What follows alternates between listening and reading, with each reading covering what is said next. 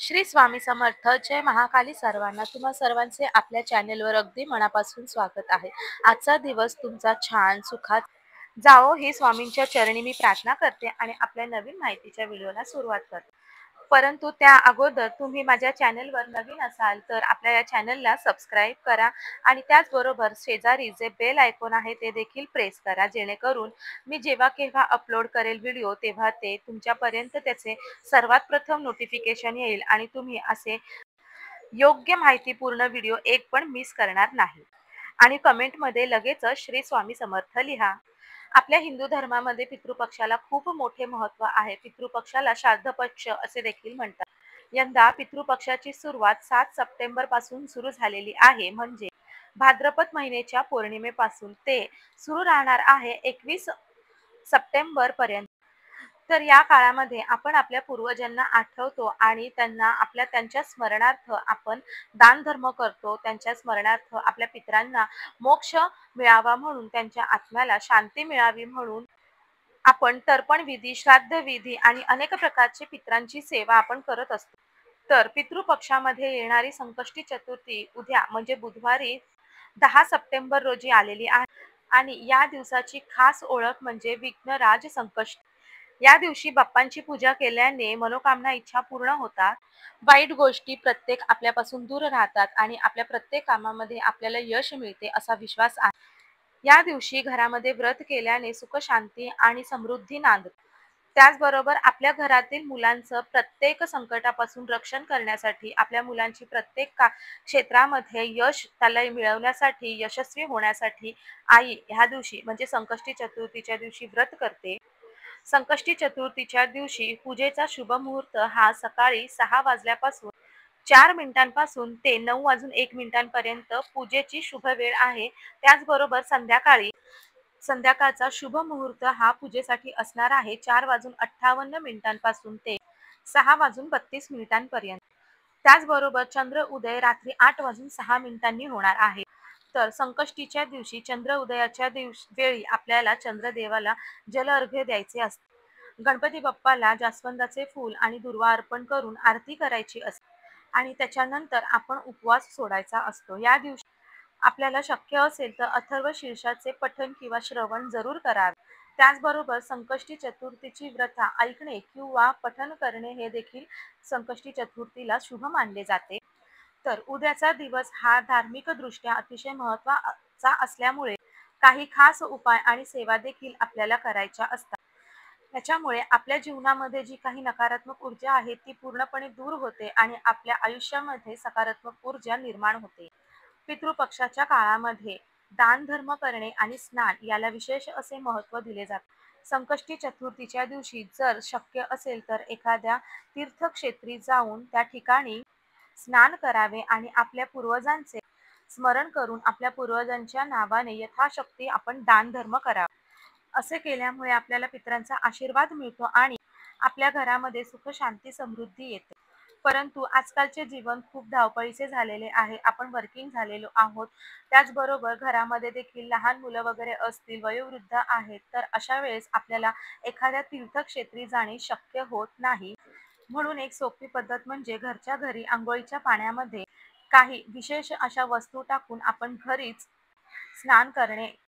त्याच्यामुळे आपल्याला तीर्थक्षेत्री जाऊन स्नान करण्याचे पुण्यफळ हे प्राप्त होते आणि आपल्याकडून कळत न कळत झालेल्या चुकांपासून आपल्याला मुक्तता मिळते.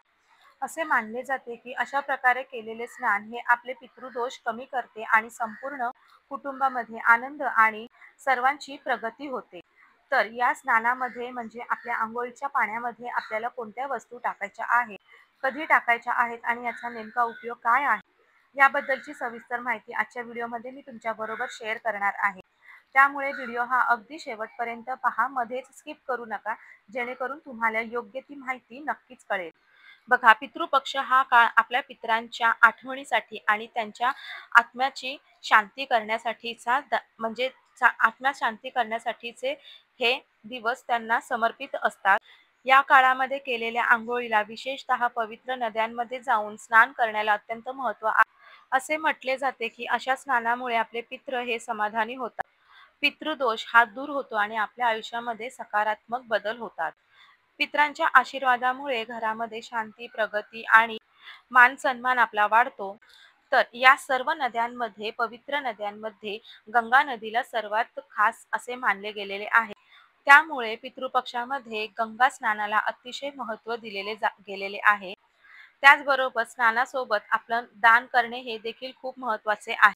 आपल्या पूर्वजांच्या नावाने आपण जर दान करू तर आपल्या पूर्वजांच्या आत्म्याला शांती मिळते, ते तृप्त होतात. त्याचबरोबर आपल्या आयुष्यामध्ये नकारात्मक ऊर्जा दूर करते आणि आपल्या पितरांच्या कृपेमुळे आपलं आयुष्य हे पूर्णपणे बदलून जाते. जर शक्य असेल तीर्थक्षेत्री जाऊन स्नान करावे आणि त्याच्यानंतर पिंडदान आणि दान करा.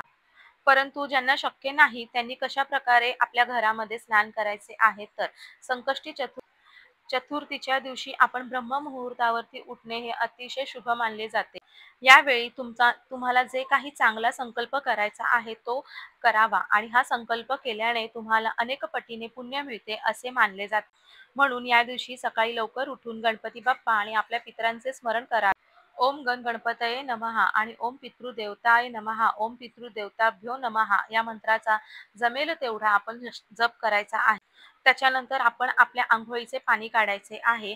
आपण ह्या अंघोळीच्या पाण्यामध्ये काही पवित्र असे वस्तू टाकल्यामुळे आपल्याला तीर्थक्षेत्री स्नान करण्याचे पुण्यफळ प्राप्त होते. आपण जेव्हा पितृपक्षामध्ये स्नान करत असतो तेव्हा अंघोळीच्या पाण्यामध्ये काही खास वस्तू टाकल्याने आपल्याला तीर्थस्नानासारखं पुण्य लागतं असं आपल्या शास्त्रामध्ये सांगितलेले आहे. म्हणून सर्वात आधी आपण आपल्या पाण्यामध्ये, अंघोळीच्या पाण्यामध्ये गंगाजल टाकायचे आहे. गंगाजल हे अतिशय पवित्र आणि शुभ असे मानले जाते. गंगाजल टाकून केलेल्या स्नानामुळे तीर्थ क्षेत्रात जाऊन स्नान केल्याचे पुण्यफळ मिळते. त्याचबरोबर पितृदोष, ग्रहदोष, वास्तुदोष आणि आपल्याकडून जर काही कळत नकळत चुका घडलेल्या आहेत तर त्या पापांपासून देखील आपल्याला मुक्तता मिळते. त्याच्यानंतर आपल्याला अंघोळीच्या पाण्यामध्ये आपल्याला लाल चंदन टाकायचे आहे. लाल चंदन हे गणपती बाप्पाला अतिशय प्रिय आहे. त्यामुळे अशा स्नानामधून आपल्याला गणपती बाप्पाच्या कृपेचा लाभ होतो. आणि त्याचबरोबर अजून एक महत्त्वाची गोष्ट म्हणजे पंचगव्य. पंचगव्य हे पाण्यामध्ये मिसळलं तरीही देखील चालेल किंवा थोडेसे आपण आपल्या अंगाला लावून नंतर अंघोळ केली तरी देखील चालेल. पंचगव्य म्हणजे गाईचे दूध, तूप आणि दही, गोमूत्र आणि शेण यांपासून एकत्रीकरण म्हणजे हे सर्व मिश्रण एकत्र करून पंचगव्य निर्माण करते. हे 5 पवित्र असे पदार्थ एकत्र करून पंचगव्य निर्माण केले जाते आणि ह्या पंचगव्याला हिंदू धर्मामध्ये विशिष्ट असे महत्त्व आहे. आपल्या हिंदू धर्मामध्ये कोणतीही पूजा किंवा शुभ कार्य हे पंचगव्य स्नानाशिवाय अपूर्ण मानली जाते. पंचगव्य हे ज्या ठिकाणी पूजेचे साहित्य मिळते त्या ठिकाणी तुम्हाला सहज उपलब्ध होईल. त्याचबरोबर आणखीन एक वस्तू आपल्याला पाण्यात टाकायची आहे तर ती म्हणजे काळे तीळ. काळे तीळ हे आपल्या पितृ पक्षामध्ये अत्यंत महत्त्वाचे मानले गेलेले आहे.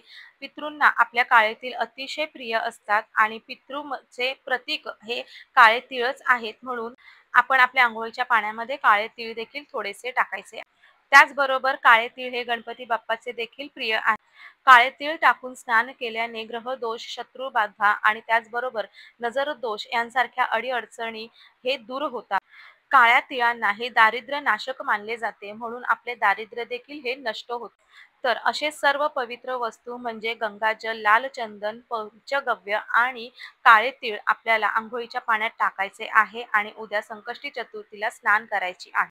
हे स्नान केल्यामुळे आपल्या शरीराबरोबर आपलं मन, आपला आत्मा देखील शुभ आणि स्वच्छ करते. तर अशा पद्धतीने आपण घरच्या घरी पितृ पक्षामध्ये आपल्याला तीर्थक्षेत्री जाण्यासारखे पुण्य ह्या घरच्या घरीच आपण अशा प्रकारे स्नान करून मिळवू शकतो आणि आपल्या पितरांची कृपा आपल्या जीवनावर राहते. स्नान करते वेळेस आपण शांत मनाने ओम गण गणपते नमः हा मंत्र म्हणावा. त्याचबरोबर ओम पितृदेवताय नमः किंवा ओम पितृभ्यो नमः या मंत्राचा जप करत आपण स्नान करायचे आहे. हे स्नान केल्यामुळे फक्त आपलं शरीर नव्हे तर आपली आत्मा आणि मन देखील शुद्ध होते आणि ह्याचे फळ देखील आपल्याला अनेक पटीने वाढून आपल्या पदरात मिळते.